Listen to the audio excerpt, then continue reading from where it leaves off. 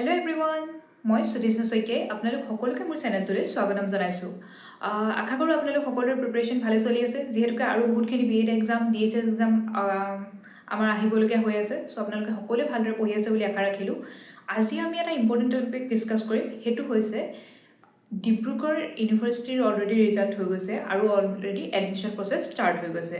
তাৰ লগতে গুৱাহাটী ইউনিভাৰ্চিটি তাৰো কি হৈছিলে, মেৰিট লিষ্ট অলৰেডি পাব্লিছ হৈ গৈছে এখন, আৰু ফাইনেল মেৰিট লিষ্টখন আমি 5 আগষ্ট তাৰিখে পাম, যিখন আপোনালোকৰ ডিটেইল ভিডিঅ' বনাই থোৱা হৈছে, কি আহিব কি চেঞ্জ হ'ব তাত। চ' তাৰপিছৰ পৰা বহুতখিনি মেছেজ আপোনালোকৰ আহিবলৈ লাগিছে যে মানে মই ইমানটো মাৰ্কছ পালোঁ, এইখন কলেজত পোৱাৰ চান্স আছে নাই, মই ইমান মাৰ্কছ পালোঁ, এইখন কলেজত মই পাম নে নাপাম, মই বহুত কম মাৰ্কছ পালোঁ, মই কলেজত পাম নে নাপাম। কাৰণ অলৰেডি ডিব্ৰুগড় আৰু গুৱাহাটীকে মানে মষ্ট ইম্পৰ্টেণ্টলি ধৰা হয় আমাৰ এইটো ছাইডত, যে মানে এই দুখনত পালে অলপ ওচৰে পাজৰে হয় ঘৰত। চ' আমি মানে বেছি প্ৰিফাৰ কৰোঁ, এনেকুৱা নহয় যে বাকীখন বেয়া বা কিবা, কিন্তু আমি সেইখন বেছিকৈ প্ৰিফাৰ কৰোঁ। চ' এতিয়া আমি কেনেকৈ এডমিশ্যন পাব পাৰোঁ, আপোনালোকে যদি কম মাৰ্কছ পাইছে কোনোবাই, তাৰ পিছতো কেনেকৈ এডমিশ্যন পাব গুৱাহাটী ইউনিভাৰ্চিটিৰ আণ্ডাৰত, আজি সেই ভিডিঅ'টো আমি ভিডিঅ'টোৰ জৰিয়তে ডিছকাছ কৰিম। চ' এনেধৰণৰ নতুন নতুন ভিডিঅ' পাই থাকিবলৈ চেনেলটো ছাবস্ক্ৰাইব আৰু ভিডিঅ'টো লাইক কৰি যাবলৈ খালি নাপাহৰিব। পলম নকৰি ভিডিঅ'টো টপিকটো ষ্টাৰ্ট কৰোঁ। কথাটো হৈছিলে যে কি, আপোনালোকক যিধৰণে মই কৈছোঁৱেই, আপোনালোকৰ যেতিয়াৰ পৰা গুৱাহাটী ইউনিভাৰ্চিটিৰ ৰিজাল্ট আহিছে, আপোনালোকে বহুতে মেছেজ কৰিছে যে আপোনালোকে মাৰ্কছটো লিখি দিয়ে, আৰু বহুতৰে মই ৰিপ্লাই দিছোঁ। কিন্তু কি হয় যে ইমানেই বেছি মেছেজ আহি গৈছে যে আপোনালোকৰ বহুতকে ৰিপ্লাই এতিয়াও দি আছোঁ, আৰু বহুতৰ অলপ দিন হৈছেও, 2-3 দিন হৈ গৈছে। কিন্তু কি হৈছে, আপোনালোকে বেয়া নাপাব, সেইটো ৰিপ্লাই মই দি থাকিম তেনেকৈ, কাৰণ ইমানেই বেছি হৈছে যে কিছুমান মানে থাকি গৈছেগৈ। এতিয়া কথাটো হ'ল, বহুতৰে মেছেজ আহিছিলে যে বহুত বেছি ভাল এটা মাৰ্কছ অহা নাই, আৰু এইবাৰ কি হৈছে, ডেপুটেড টিচাৰৰ সংখ্যা বাঢ়ি গৈছে। মানে যিমানসকলে এডমিশ্যন ল'ব ডেপুটেড টিচাৰসকলে, তেওঁলোকৰ সংখ্যা এইবাৰ বহুত ইনক্ৰিজ হৈছে। আপোনালোকক মই সেইটোৰ ওপৰত এটা ডিটেইল ভিডিঅ' বনাই থৈছিলোঁ, যে মানে ডাইৰেক্টৰেটৰ পৰা এখন আহিছিলে নটিছ, কোনখন কলেজত কিমান এডমিশ্যন হ'ব। তাৰ ওপৰত বেছ কৰি কি হৈছে, ছিট কেপাচিটি কমি গৈছে। Compared to Dibrugarh university, Guwahati university seat capacity বেছি, এইটো ন' ডাউট। বাট কি হয়, তেতিয়াও আপোনালোকৰ এডমিশ্যন যিহেতুকে বহুতসকল ডেপুটেড টিচাৰ লৈছে, চ' তাতো অলপ ছিটৰ সংখ্যা কমি গৈছে। আগতে যদি 100টা আছিলে, এতিয়া হয়তো 90টা আছে, 80টা আছে। তো আপোনালোকে কিমানটা ছিটৰ কাৰণে কম্পিটিশ্যন কৰিছে, সেই 80 বা 90টা ছিটৰ কাৰণে এখন পাৰ্টিকুলাৰ কলেজত। তেনেকৈ সকলোবিলাক ইনষ্টিটিউটৰে অলপ অলপ কমি আহিছে ছিট। চ' এতিয়া আপোনালোকৰ কি হৈছে, সেই 80টা বা 90টা ছিটৰ ভিতৰত আপোনালোকে নিজৰ ছিটটো ছিকিউৰ কৰিব লাগিব। কথা হৈছে কি, যোনসকলে বহুত ভাল মাৰ্কছ পাইছে তেওঁলোকৰ একো প্ৰব্লেম নাই, তেওঁলোকৰ এটাই চিন্তা আছে কোনখন কলেজত ল'ম। সেইটো মই ফাৰ্ষ্ট এবাৰ ডিছকাছ কৰি লওঁ। সেইটো কথা হৈছে যে আপোনালোকে যোনখন কলেজতে নিজে প্ৰিফাৰ কৰে সেইখন কলেজত এপ্লাই কৰিব। কিন্তু এইবাৰ হয় এইটো একেবাৰে এনেকেই নকৰিব যে এখনতে কৰিব, 2-3খন মানত কৰিব। বহুত হাই মাৰ্কছ আহিছে যদি বেলেগ কথা, ফাৰ্ষ্ট 100 ৰেংকৰ ভিতৰত থাকিলে, 200 ৰেংকৰ ভিতৰত থাকিলে, কিন্তু বাকীসকলে এপ্লাই অলপ বেছিকৈ কৰিব। এতিয়া আমি ডিছকাছ কৰিম যোনসকলৰ মাৰ্কছটো কম, তেওঁলোকৰ মেইন ফ'কাছ হ'ব এই ভিডিঅ'টো আজি। চ' ভিডিঅ'টো শেষলৈকে চাব, আৰু এইটো মই ষ্টেপ বাই ষ্টেপ ডিছকাছ কৰিম।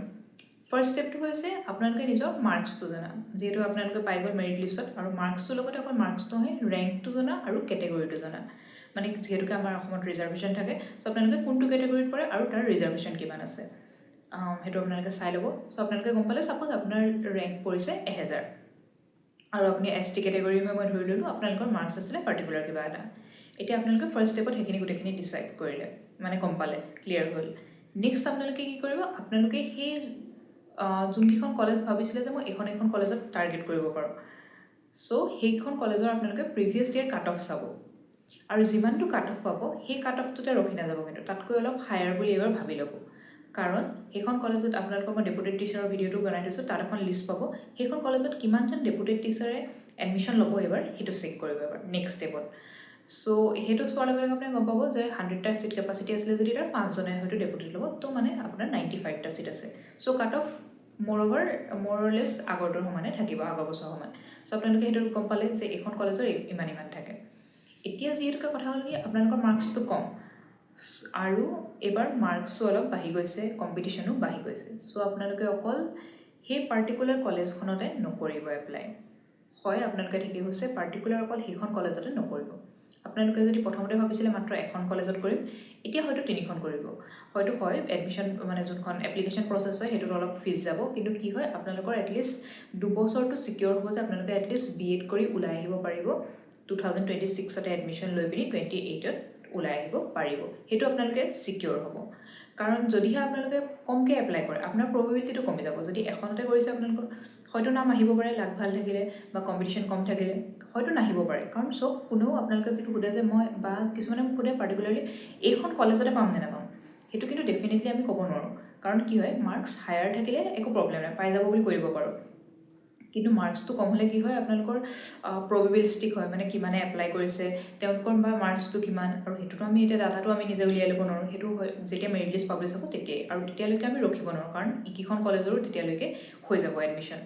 ছ' আপোনালোকে যদি এখনত কৰিম ভাবিছিলে তাতকৈ বেছিকৈ কৰক, মানে যিমান পাৰে কৰক।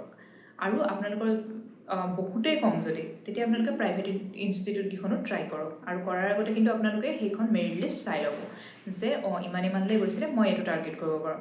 মানে আনৰিয়েলিষ্টিক এটা টাৰ্গেট নকৰিব। কিছুমান প্ৰাইভেট কলেজৰো বহুত হাই কাট অফ যায়। ছাপ'জ আগৰবাৰ গৈছিলে 500 ৰেংকলৈকে, এতিয়া মেবি যাব প্ৰাইভেট কলেজত 500 নহয়, বহুত বেছি যায়, মই এক্সাম্পল দিছোঁ জাষ্ট 500, এতিয়া হয়তো 700 যাব, 800 যাব পাৰে, কিন্তু 1500 যাব সেইটো অলপ ইম্পচিবল নিচিনা কথা হৈ যায়। ছ' আপোনালোকে কাট অফ লিষ্ট চোৱাটো ছেকেণ্ড ষ্টেপ, আৰু বহুত ভালকৈ চাব, আৰু তাৰ ওপৰত কৰি আপোনালোকে এপ্লাই কৰিব। আৰু তাৰ কাৰণে এপ্লিকেশ্যনৰ ডেটছবিলাক মই ইয়াতে ইউটিউবৰ ভিডিঅ'তে পাব, তো চেনেলটো ছাবস্ক্ৰাইব কৰি ল'বলৈ খালি নাপাহৰিব। আপোনালোকে বহুতে একচুৱেলি ছাবস্ক্ৰাইব নকৰে, মই আপোনালোকক দেখাম এদিন। আপোনালোকে বহুত যিমানে চায় তাৰ বহুতখিনি পাৰ্চেণ্টেজে নাচায়, মানে ছাবস্ক্ৰাইব নকৰে। তো সেইটো নকৰিব, কাৰণ সেইটোৱে মোক মটিভেশ্যন দিয়ে যে মই কেনেকৈ আপোনালোকলৈ আৰু ভিডিঅ' বনাওঁ আৰু আগত আপোনালোকলৈ লৈ আনো। ছ' সেইটো এটা কথা।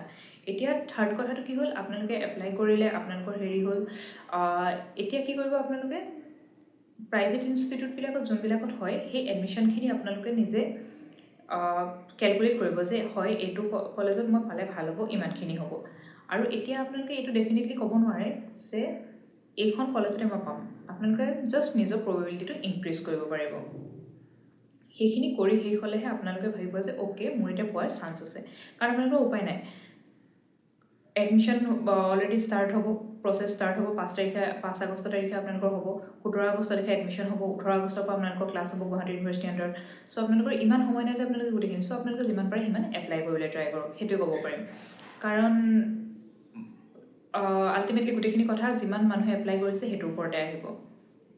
এতিয়া আপোনালোকে এই গোটেইখিনি কৰি লোৱাৰ পিছত কি হ'ব, আপোনালোকে এই 3টা ষ্টেপতে আপোনালোকৰ নিজৰ BEd কলেজত ছিট পোৱাৰ চান্সটো বহুতখিনি বঢ়াই ল'লে। এতিয়া 4th ষ্টেপত কি হ'ব, আপোনালোকে যোনসকলৰ ৰিজাৰ্ভেশ্যন আছে তেওঁলোকে চৰকাৰী কলেজতো এপ্লাই কৰিবলৈ নাপাহৰিব খালি। কাৰণ কি হয়, চৰকাৰী কলেজত অকল এখন মেৰিট লিষ্টে নোলায়, কেতিয়াও 2খন 3খন ওলাব। ছ' শেষৰখনলৈকে হয়তো কেতিয়াবা পাই যাব পাৰে, আৰু তেতিয়ালৈকে আপোনালোকে পালে আপোনালোকৰ ফিজটোও যথেষ্ট কম হ'ব, আৰু আপোনালোকৰ নিজৰ সুবিধা হ'ব। ছ' আপোনালোকে এনেকৈ এৰি দিব যে মই বহুত কম কাৰণে মই অকল প্ৰাইভেটতে কৰিম। আপোনালোকে জাষ্ট কাট অফটো চাব আগৰ কিমান, আৰু এপ্লাই কৰি থৈ দিব, জাষ্ট আপোনালোকৰ কাম সিমানেই।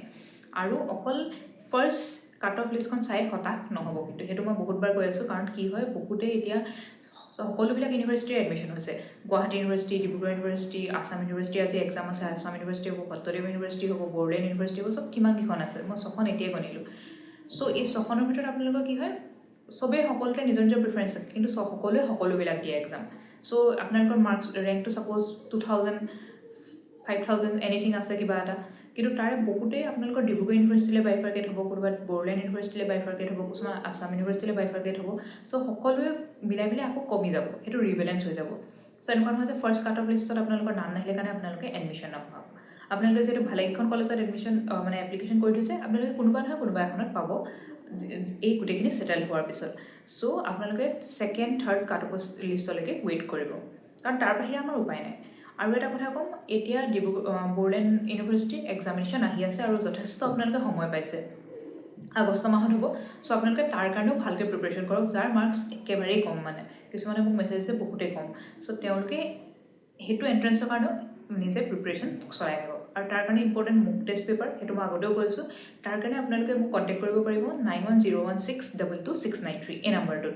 ছ' আপোনালোকে মক টেষ্ট তাৰ পৰা বাই কৰিব পাৰিব, যে আপোনালোকে গম পায় আপোনালোকৰ লেভেলটো কিমানত আছে, আৰু কিমানখিনি আপোনালোকে ইম্প্ৰুভ কৰিব পাৰিব, কোনটো টপিকত ইম্প্ৰুভমেণ্ট লাগিব, এই গোটেইখিনি।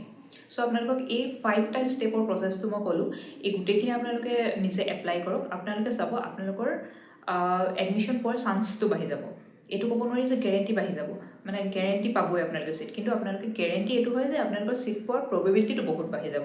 আৰু সেইটোৱে আমাৰ মেইন উদ্দেশ্য হ'ব লাগে বৰ্তমান। চ' এই গোটেইখিনি কৰক। আশা ৰাখিলোঁ আপোনালোকৰ সকলোৱে ভাল ভাল চিট পাব। আৰু যোনসকলে মোক মেছেজ দি আছে হোৱাটছআপত, চিন্তা নকৰিব, মই ৰিপ্লাই দি থাকিম আপোনালোকক। আৰু কিবা ডাউট থাকিলে মোক কমেণ্টটোত জনাব ছেকশ্যনত, আপোনালোকক মই ৰিপ্লাই কৰিবলৈ ট্ৰাই কৰিম। আৰু নতুন কি টপিকত ভিডিঅ' লাগে সেইখিনি মোক জনাব। চেনেলটো ছাবস্ক্ৰাইব আৰু ভিডিঅ'টো লাইক কৰি যাবলৈ খালি নাপাহৰিব। থেংক ইউ ফৰ ৱাচিং।